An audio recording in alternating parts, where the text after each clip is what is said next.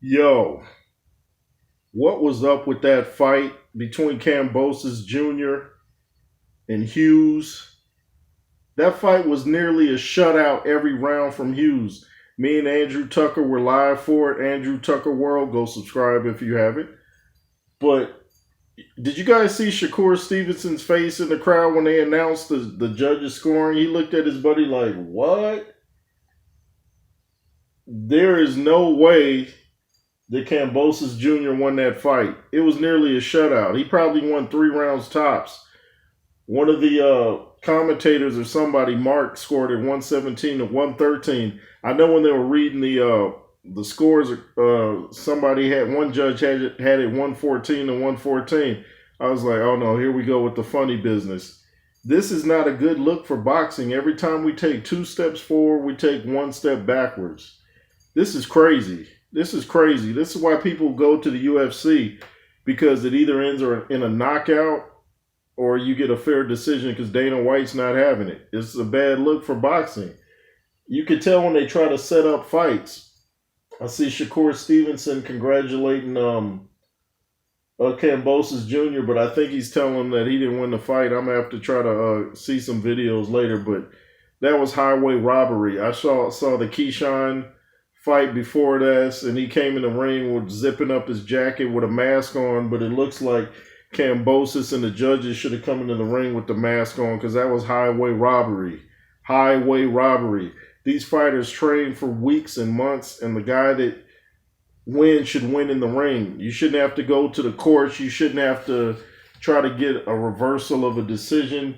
You put in all that work, and then some judge already has a predetermined winner before the fight. What kind of stuff is that?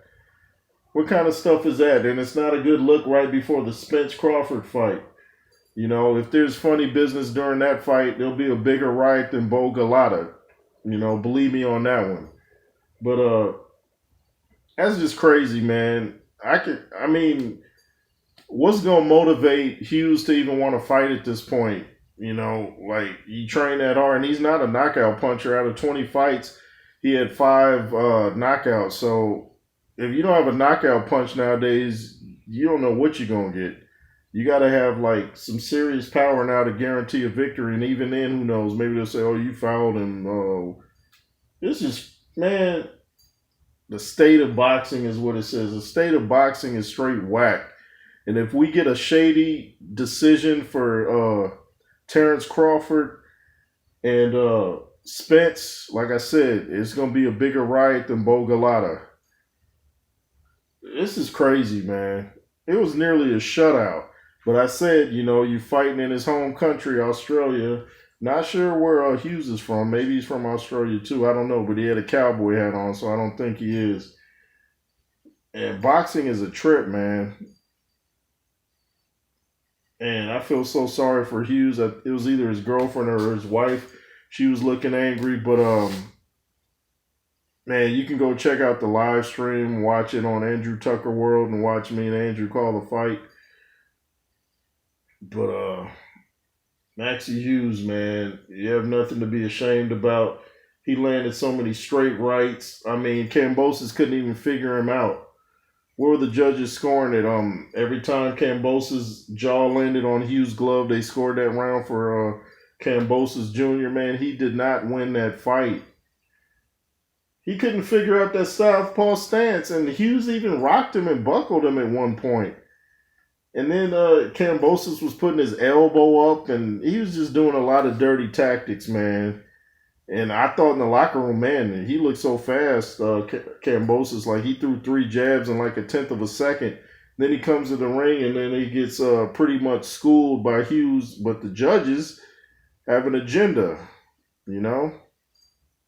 They have an agenda. There's no way in the world somebody could have scored that fight 114, 114. The other one was like, what, 115, 113. There was one 117, 113. Looks like only one judge got it right. But, you know, hey, welcome to the world of boxing.